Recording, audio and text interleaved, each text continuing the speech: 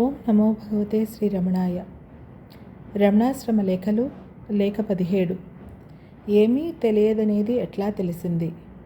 31/12/1945.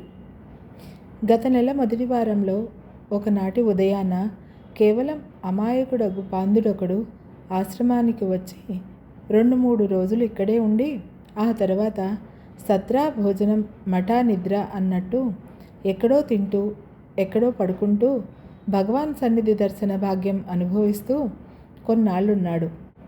వెళ్ళబోయే ముందొకనాడు భగవాన్ని సమీపించి జంకుతూ, స్వామి, ఇక్కడ కూర్చున్న వీరంతా భగవాన్నేదో అడగడం, తామేదో సెలవిస్తూ ఉండడం సదా జరుగుతున్నది. అది చూస్తే నాకు ఆశ కలుగుతున్నది.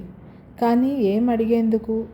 ఏమీ తెలియదే, ఇక తరించేదెట్లాగూ అన్నాడు దీనంగా.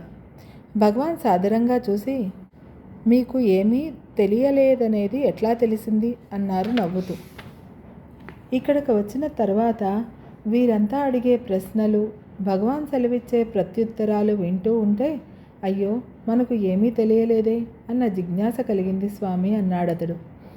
ఇంకేమీ, మనకు ఏమీ తెలియదన్న విషయం తెలుసుకున్నారు కదా, అదే చాలులే, ఇంకేం కావాలి అన్నారు భగవాన్. అంత మాత్రాన తరించేదెల్లా స్వామి అన్నాడా పృచ్ఛకుడు. ఎల్లాగేమి, ఏమీ తెలియదే అన్నది తెలుసుకునేందుకు ఒకడున్నాడు కదా, ఆ తెలుసుకునేవాడెవడని చూస్తే సరిపోతుంది. అన్నీ తెలుసునని అనుకుంటే అహం పెరుగుతుంది. అంతకంటే ఏం తెలియదనేది ఎలారా తరించడం అన్న తెలివి కలగడం ఎంతో మేలు కదండి అన్నారు భగవాన్. అంతటితో సంతసించి చక్కా పోయాడు.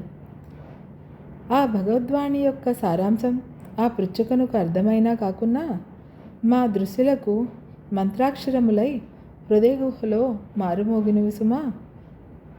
ఇక సెలవు. నీ సోదరి.